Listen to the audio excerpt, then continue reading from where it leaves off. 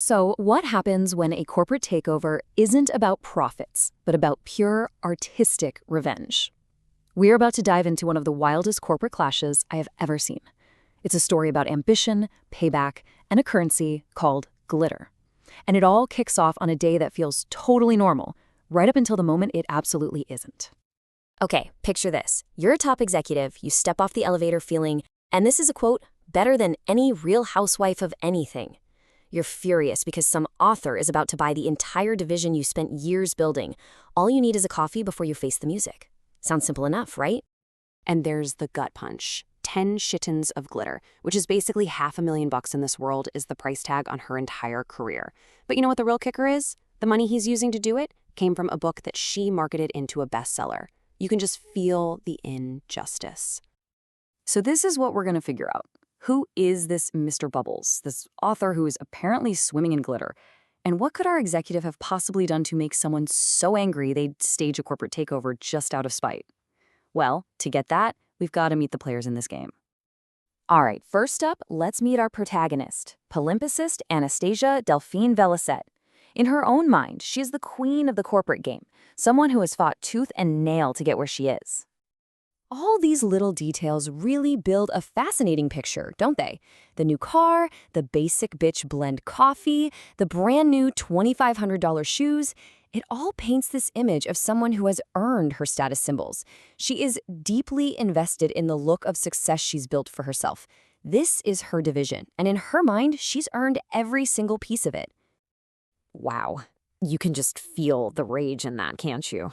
She played by the rules, she put in the hours, and now some stranger, this old twerp, is just gonna walk in and wipe it all away. Her entire sense of fairness has just been shattered. Now let's meet the guy on the other side of the deal. And here he is, our antagonist, Periwinkle, Mr. Bubbles Day. But, you know, he's probably not what you're picturing for a guy about to drop $500,000. He's an artist, an author, and his first appearance is, let's just say, it's a little unconventional. And this comparison just lays it all out, doesn't it? The difference between them is just massive. She's in her power suit, he's in dirty jeans. She's got her basic bitch blend, while he is sipping one of the most expensive and frankly bizarre coffees on earth out of a hand-cut crystal glass. Now, to really get what happens next, there are a few key terms you gotta know. First up, we've got glitter. This is the currency of their world, but it's not just money. It's a measure of power and influence. And 10 shit tons of it, that's enough to just straight up buy a person's life's work. Yep, you heard that correctly.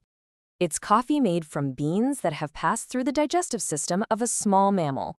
It is an absurdly luxurious detail, and it becomes the literal trigger for their entire confrontation. Remember this coffee. And finally, sapiosexual. Now, this one word tells you everything you need to know about Periwinkle's value system. He is not impressed by your suit or your shoes. He's interested in your mind. This is the key that unlocks his entire motivation, and it totally sets the stage for the main event.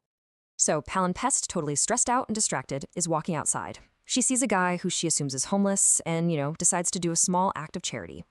It does not go well. And boom! The explosion. He's not mad about the change. He is furious that she just ruined his incredibly expensive pre-digested coffee. And the insults are so specific, so cutting. He doesn't just call her a name, he calls her an indigo obsession-looking bitch, which is a direct shot at her carefully crafted corporate persona. He's basically calling her a cheap knockoff.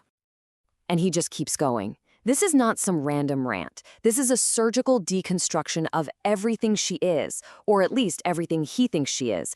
He sees right through the suit, the shoes, the whole act, and just lays her entire identity bare.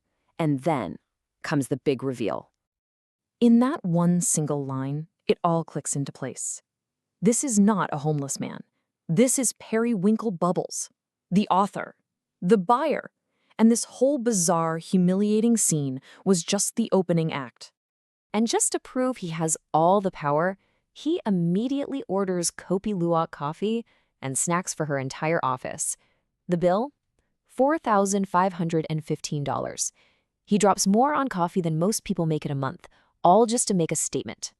But her reaction is what's really fascinating here. She's furious, obviously, but she's also intrigued, aroused even.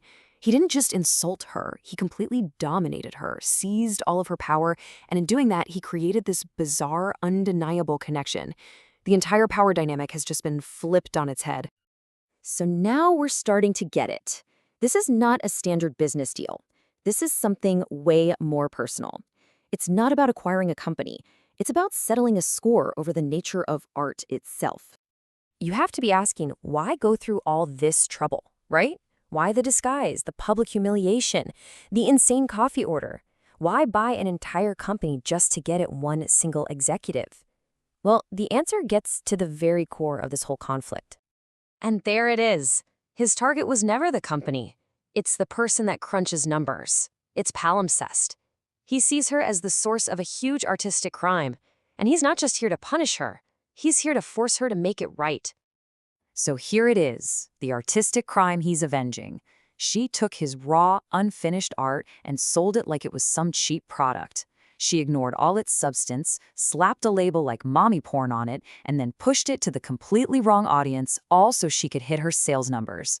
In his mind, she betrayed the work, she betrayed its potential, and she betrayed its real readers.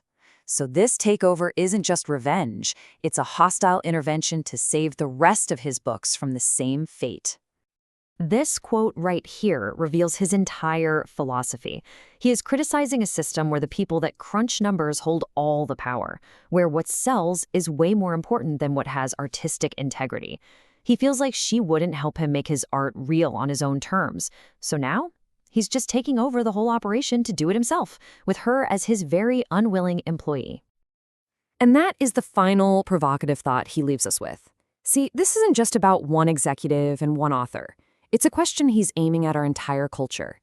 In a world that's so driven by commerce, have we lost the ability to tell the difference between art and a product? Between something with real substance and just the stuff that sells? That is a question worth thinking about.